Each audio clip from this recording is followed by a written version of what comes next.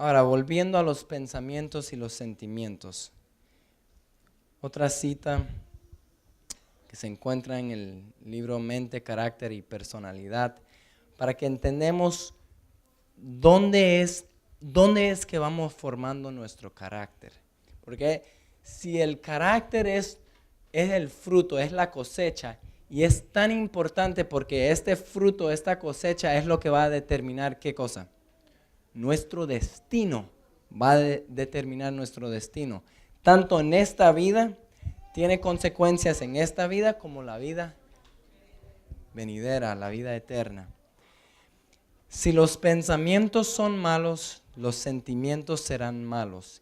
Y los pensamientos y los sentimientos combinados forman el carácter moral. Entonces, en el plano más fundamental, nuestro carácter se forma por la combinación de nuestros sentimientos.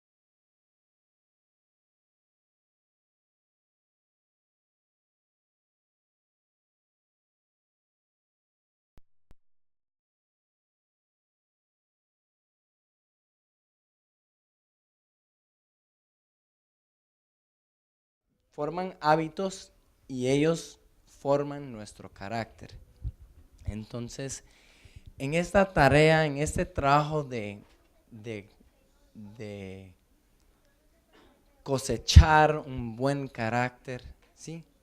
En este trabajo de desarrollar un buen carácter, ¿dónde es que tenemos que empezar? Para tener un buen carácter, ¿dónde tenemos que empezar?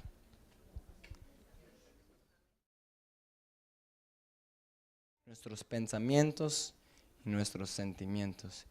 Por eso es que Jesús, cuando les hablaba a los fariseos, ¿saben? Los fariseos, ellos tenían, su religión era muy superficial. Lo único que les importaba a ellos era la apariencia, lo que podían ver. Pero Jesús les aclaró algo de la ley de Dios. La ley de Dios va mucho más profundo que los actos externos. Y él le dijo que tan solo con mirar a una mujer mal, ya empezar a pensar cosas indebidas, ya había quebrantado el mandamiento, aunque el acto nunca se llevó a cabo. ¿Por qué?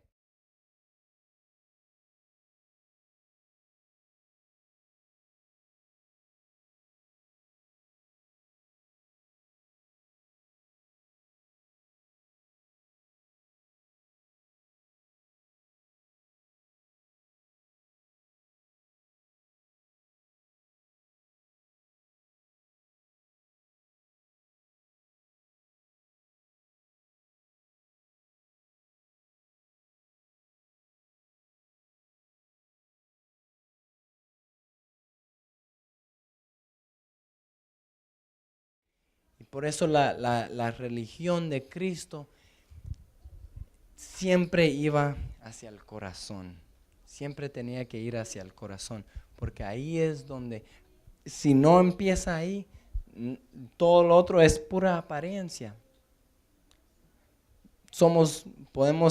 Aparentemente podemos ser buenas personas, pero si en nuestra mente y si nuestro corazón no estamos rigiendo nuestra mente, nuestros pensamientos, nuestro carácter se va a deformar. Y por eso vamos al libro de Segunda de Corintios, capítulo 10.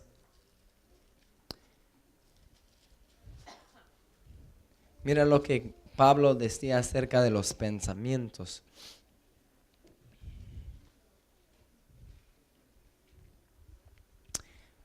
Segunda de Corintios capítulo 10, vamos a leer versículos 4 y 5, dice: porque las armas de nuestra milicia no son carnales, sino poderosas en Dios para la destrucción de fortalezas, derribando argumentos y toda altivez que se levanta contra el conocimiento de Dios y llevando cautivo, ¿qué cosa? Algunos pensamientos, todo pensamiento a la obediencia de Cristo. ¿Por qué? Si no regimos, si no empezamos con los pensamientos y los sentimientos, de ahí para adelante todo está perdido. Ahí es donde comienza. Ahí es donde nuestros pensamientos y nuestros sentimientos son lo que determinan la cosecha que vamos a recibir. Ahora, otra cita. Cualquier acto bueno o malo no forma el carácter, pero los pensamientos y los sentimientos acariciados preparan el camino para los actos y hechos de la misma clase. Una aclaración, que una persona haya cometido un acto indebido, un acto ha pecado, ha transgredido la ley de Dios, no significa que ya su carácter está totalmente malo, manchado, o vamos a decir, no se determinó ahí completamente su carácter. El carácter se determina con el tiempo. El tiempo de vida que cada uno de nosotros tenemos es el tiempo de gracia que tenemos para formar ese carácter. Y es la suma de todo, de todos nuestros actos, de todos nuestros pensamientos. O sea, ¿cuál era la dirección principal de nuestra vida? Si tomemos un ejemplo, la vida de David.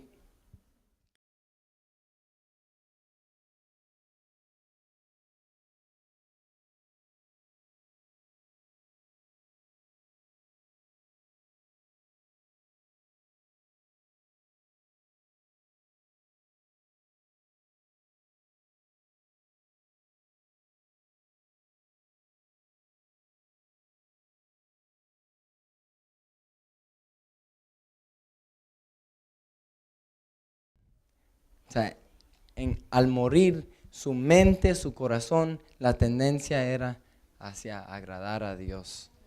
Era hacia agradar a Dios.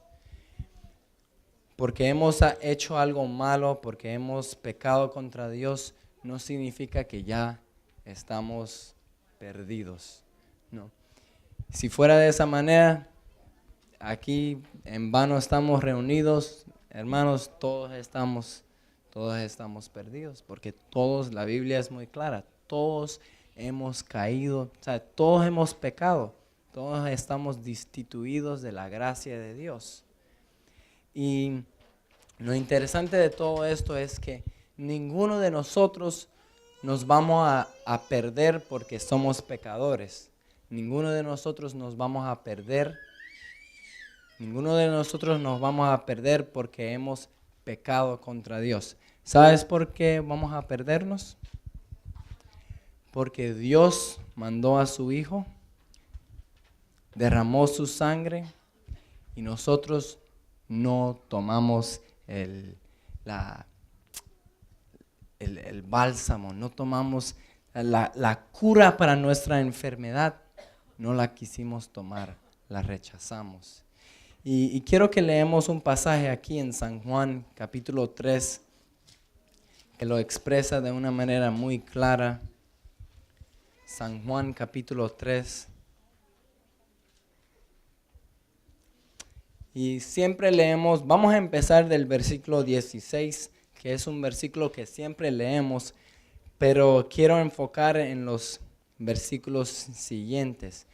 Versículo 16 dice: porque de tal manera amó Dios al mundo que ha dado su Hijo unigénito para que todo aquel que en Él cree no se pierda, mas tenga vida eterna. Porque no envió Dios a su Hijo al mundo para condenar al mundo, sino para que el mundo sea salvo por Él. Versículo 19. Y esta es la condenación. Ojo aquí. Esta es la condenación. Que la luz vino al mundo y los hombres amaron más las tinieblas que la luz, porque sus obras eran malas. Si nosotros nos perdemos, hermanos, si el carácter que cosechamos al final de nuestra vida es malo, va a ser porque nosotros, no porque nosotros éramos malos, ¿sí? Porque nosotros, Jeremías mismo dice en capítulo 13, dice, ¿puede el etíope cambiar su piel? ¿Puede el leopardo quitar sus manchas? No. Y tampoco nosotros podemos hacer el bien siendo malos. No nos vamos a perder por eso, nos vamos a perder porque Dios abrió un camino. Dios nos dio una manera de reconciliarnos con Él. Saben, cada vez cuando la Biblia habla de la conversión, está hablando de un cambio de mente, un cambio de pensamientos, un cambio de sentimientos. Vamos al libro de Efesios.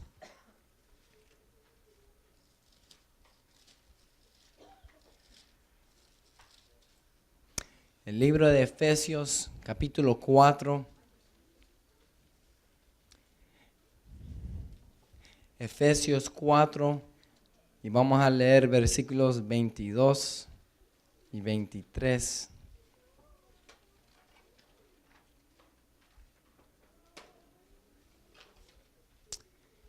Dice las Escrituras: en cuanto a la pasada manera de vivir, despojaos del viejo hombre que está viciado conforme a los deseos engañosos, y renovaos en el espíritu de ¿qué?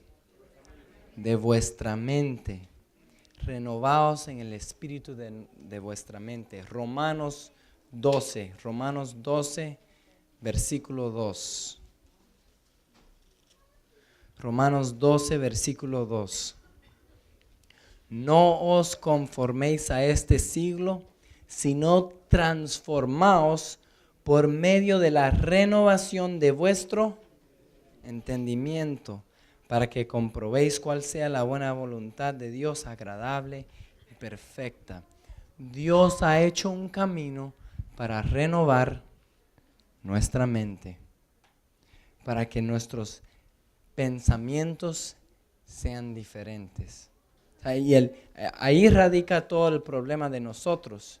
Y en el libro de Isaías, capítulo 55, el profeta Isaías lo describía de una manera muy clara. Isaías 55, versículo 8 y 9 dice, Dios está hablando y Él mismo dice, porque mis pensamientos no son vuestros pensamientos, ni vuestros caminos mis caminos, dijo Jehová. Como son más altos los cielos que la tierra, así son mis caminos más altos que vuestros caminos, y mis pensamientos que vuestros pensamientos. Así de diferente es la manera que Dios piensa. Así es, los caminos o la manera que Dios actúa es tan diferente a nosotros. Pero Dios nos ha dado un camino, ¿sí? Dios nos ha dado la sangre de Cristo ha sido derramada para limpiar nuestra mente, para darnos una vida nueva. O sea, la conversión es nacer de nuevo. Y nacemos de nuevo porque el viejo hombre, ¿cómo está? No puede hacer el bien. Es totalmente incapaz de hacer el bien. Y en la conversión lo que Dios nos da, el regalo es una nueva mente. Para que podamos pensar como Dios piensa y podemos actuar como Dios piensa. Pero eso es un proceso continuo. Eso también es un proceso de crecimiento. En la conversión, que es el nacimiento nuevo, ¿qué es lo que nace? Es un bebé, ¿sí? Y ese bebé tiene que aprender, tiene que crecer y pasa por etapas. Y eso es lo mismo que ocurre en la vida cristiana. Nosotros tenemos que crecer. ¿Y cuál es la herramienta que Dios nos ha dado para que nosotros crezcamos? Es la palabra. Es la palabra. Es muy interesante si leemos los siguientes versículos aquí en Isaías 55, el 10 y el 11 dice, porque como desciende los cielos la lluvia, porque como desciende de los cielos la lluvia y la nieve, y no vuelve allá, sino que riega la tierra y la hace germinar y producir, y da semilla al que siembra y pan al que come, así será, ¿qué cosa? Mi palabra que sale de mi boca. La palabra de Dios tiene un propósito. Así como la lluvia tiene el propósito de hacer germinar las semillas que están ahí y producir fruto, la palabra de Dios tiene un propósito. Y ese propósito es hacer germinar en nuestra mente, en el huerto de nuestra mente, los pensamientos de Dios. ¿Sí? Pensar como Dios piensa. Y sigue diciendo el versículo 11, así será mi palabra que sale de mi boca, no volverá a mí vacía, sino que hará lo que yo quiero y será prosperada en aquello para que la envié. Si nosotros no resistimos la obra del Espíritu Santo en nuestros corazones, vamos a producir frutos. Vamos a producir fruto para vida eterna. Vamos a producir un carácter que refleje lo que Dios es, la imagen de Dios. ¿Saben? Eso es lo que Adán perdió cuando pecó. La Biblia dice que Adán fue creado a la imagen y la semejanza de Dios. Y eso no significaba simplemente la imagen física. Era la manera que Dios actuaba, la manera que Dios pensaba. Adán lo reflejaba en su vida. Y eso es todo el plan de la salvación, es para que nosotros lleguemos a ese punto. Déjame leerles otra cita. Palabras, eso está en Hogar Adventista, página 16. El carácter que adquiriráis durante el tiempo de gracia será el carácter que tendréis cuando Cristo venga. Si queréis ser santos en el cielo, debéis ser santos primero en la tierra. Los rasgos de carácter que cultivéis en la vida no serán cambiados por la muerte ni por la resurrección. Saldréis de la tumba con la misma disposición que manifestasteis en vuestro hogar y en la sociedad. Jesús no cambia nuestro carácter al venir. La obra de transformación debe hacerse ahora. Nuestra vida diaria determina nuestro destino. Es algo muy solemne, algo que nos debe de llevar a reflexión profunda. Señor, ¿qué tipos de semillas estoy sembrando en mi vida? ¿Qué tipos de semillas estoy sembrando en mi vida? Porque va a haber una cosecha final. Va a haber una cosecha final. Y esto no es para desesperarnos, ¿sí? Esto no es para desesperarnos porque, ¿saben?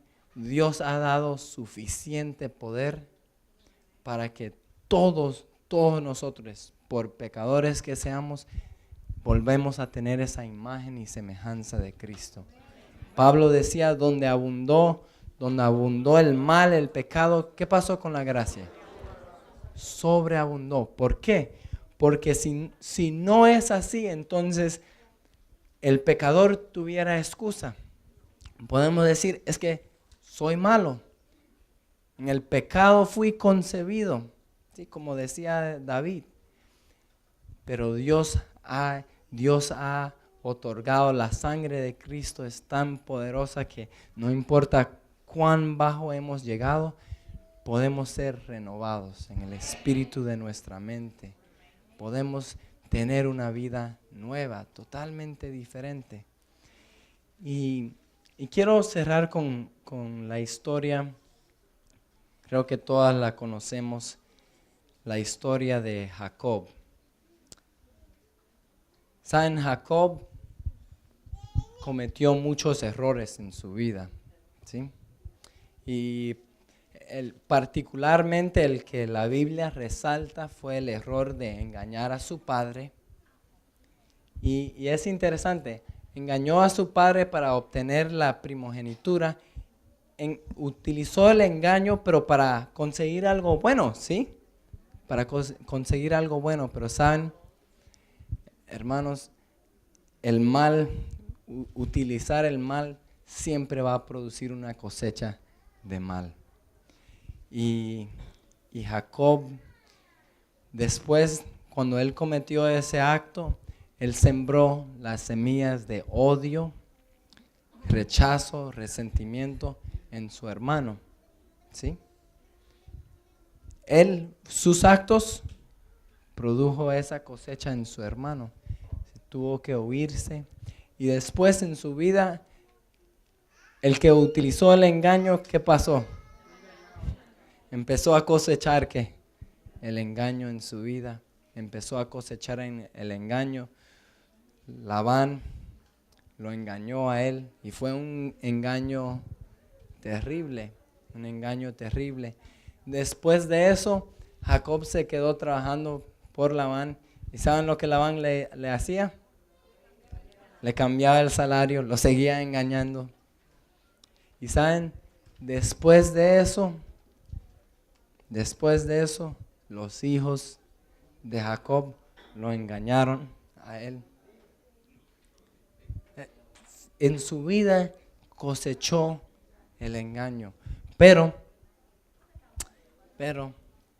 Jacob no quería quedar con ese rasgo de carácter, ¿sí?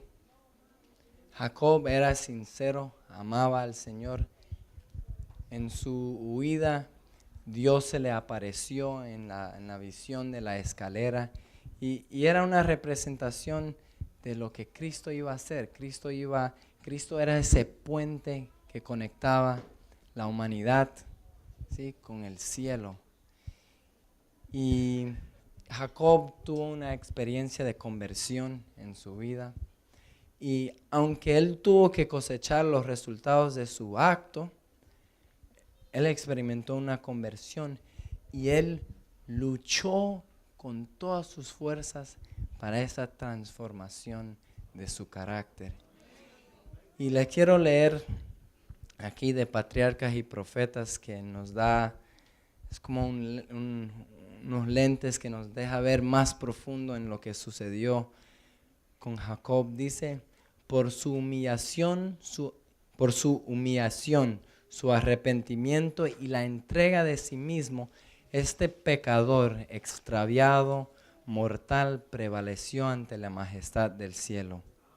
Se había asido con temblorosa mano de las promesas de Dios y el corazón del amor infinito no pudo desoír los ruegos del pecador. El error que había inducido a Jacob al pecado de alcanzar la primogenitura por medio del engaño, ahora le fue claramente manifestado. No había confiado en las promesas de Dios, sino que había tratado de hacer por su propio esfuerzo lo que Dios habría hecho a su tiempo y a su modo.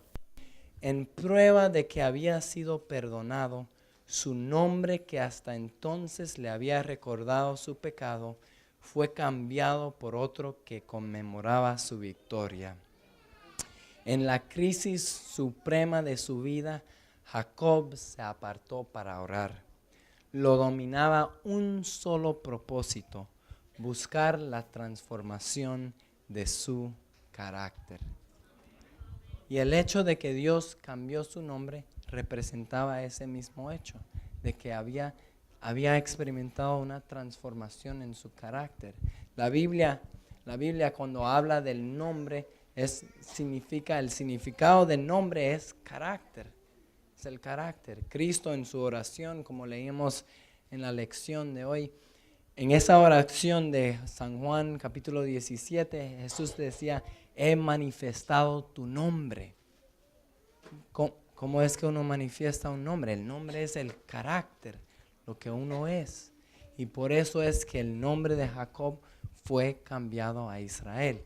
Conmemoraba la victoria que había ocurrido aquí internamente. Y saben, a todos nosotros se nos promete también un nombre nuevo. en Apocalipsis, cuando el ángel, los escritos a las iglesias, a una de las iglesias se les prometió, al que venciere, le daré un nombre nuevo. Y en la visión de Apocalipsis 14, San Juan vio a un grupo que estaba alrededor del Cordero y ¿qué tenían en su frente? El nombre de Dios, el Padre en su frente, o sea, el carácter de Dios. Y muchas veces nos olvidamos de esto, pero en Apocalipsis capítulo 13, cuando habla de la marca, no simplemente habla de la marca de la bestia, sino que habla de los que tienen su nombre, los que tienen el nombre de la bestia en su frente. ¿Qué significa eso? El carácter de la bestia, el carácter del enemigo. Al final de este mundo van a ver, solo hay 2 cosechas. Una cosecha, el carácter de Cristo, ¿sí? Y las etapas son diferentes. Mientras más luz, mientras más conocimientos acerca del carácter de Dios, más responsables somos para reflejar eso. Entre menos luz tenemos, pues vamos a ser juzgados. O sea, nuestro carácter tiene que ir en proporción con la luz que hemos recibido. Esa es una de las cosechas. El otro va a ser el carácter del padre, ¿sí? Del padre de la mentira, del príncipe, como Jesús lo llamó, el príncipe de este mundo. Solo se van a desarrollar, finalmente solo se desarrollan esos distintos, esos 2 caracteres. Nosotros, Dios nos ha dado a cada uno de nosotros libre albedrío. Tú decides qué decisiones, o sea, tú decides qué pensamientos tú quieres retener en tu mente. Aunque muchas veces estamos bombardeados de pensamientos y cosas de afuera, pero hay un refrán que dice, yo no puedo impedir que los pájaros vuelen sobre mi cabeza, pero yo sí puedo impedir que hagan un nido en mi cabeza. Eso es lo mismo con los sentimientos y los pensamientos. Yo no puedo impedir que vengan a mi mente, pero sí yo decido si los acaricio, los mantengo ahí y finalmente van a producir, van a germinar en actos, en acciones, en hábitos y finalmente un carácter. Lo mismo sucede con lo bueno. Si nosotros nos alimentamos de la palabra de Dios, los pensamientos de Dios, esas semillas van a germinar en actos. Saben, Cristo, cuando habla de la perfección, Cristo hablaba más cuando Cristo hablaba de la perfección, no hablaba tanto de no hacer esto, no hacer lo otro, era de hacer. O sea, la religión de Cristo es una religión activa. Muchas veces nosotros caemos en pecado porque no estamos ocupados haciendo el bien. ¿Recuerdan lo que en la parábola del buen samaritano Jesús le dijo? Si quieres ser perfecto, y después les contó la parábola del buen samaritano. Hechos, pensamientos, los pensamientos de Dios, eso nos va a llevar a estar activamente haciendo lo que Dios hace. Y eso va a producir un carácter como el de Cristo. Y hermanos, el Señor nos va a ayudar en esta gran tarea. No es fácil. Es como en la vida de Jacob, va a requerir de nosotros una lucha diaria con el Señor. En oración con ese ángel, diciéndole, no te soltaré hasta que me bendigas. Tenemos que confiar en las promesas de Dios. ¿Saben? Si no creemos que es posible, nos va a pasar como el pueblo de Israel. Cuando estaban a punto de entrar a la tierra prometida, la tierra de Canaán, ¿qué dijeron los 10 espías? Imposible, muy duro, hay gigantes, la tierra se traga a los habitantes. ¿Cuál es su pensamiento? Tal es él. Como no pensaban, no creían que podían vencer, ¿sabes qué? No vencieron. Se volvió real, se volvió un hecho en ellos. Hermanos, si no creemos que podemos vencer, si yo estoy luchando con una deficiencia de carácter, si estoy luchando con el pecado y no creo que es posible vencerlo, hermanos, así va a ser. Eso va a ser tu realidad.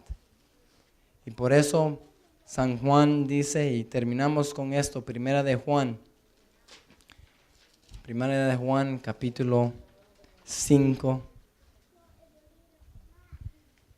Vamos a leer versículos 4 y 5. Primera de Juan capítulo 5, versículos 4 y 5. Porque todo lo que es nacido de Dios, y recuerden, cuando hablamos de nacimiento, de nacer de Dios, estamos hablando de la conversión. Y Dios nos da pensamientos y sentimientos nuevos en esa experiencia. Todo lo que es nacido de Dios, ¿qué hace? Vence al mundo. Y esta es la victoria que ha vencido al mundo, nuestra fe. Si creemos, será posible. No en nuestras propias fuerzas, pero aferrándonos a las promesas de Dios, aferrando a la promesa que con Dios nada es imposible. Podemos mover hasta montañas. Aferrándonos a esas promesas es que vamos a vencer. Versículo 5, ¿quién es el que vence al mundo? Sino al que cree que Jesús es el Hijo de Dios. El Señor nos ayude, hermanos.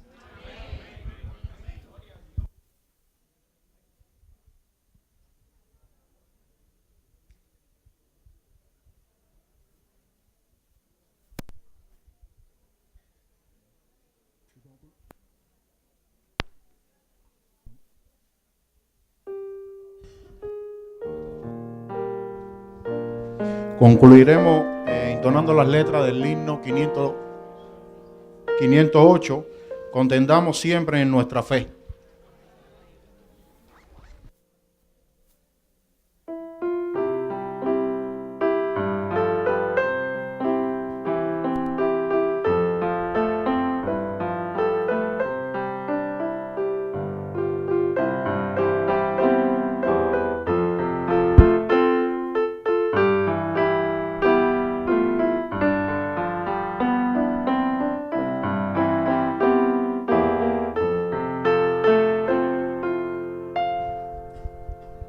Cantamos.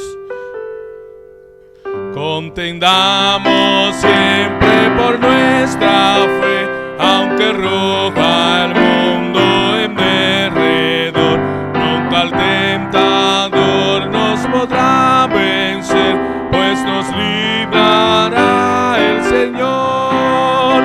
Si sufrimos aquí, reinaremos allí en la gloria celestial. Si llevamos la cruz por amor de Jesús, la corona Él nos dará. No seamos tibios de corazón, ni dejemos nunca el primer amor. Mantengamos firme la profesión de la fe del Salvador. Si sufrimos aquí, reinaremos allí en la gloria celestial. Si llevamos la cruz por amor de Jesús, la corona Él nos dará. Procuremos todos la santidad, sin la cual ni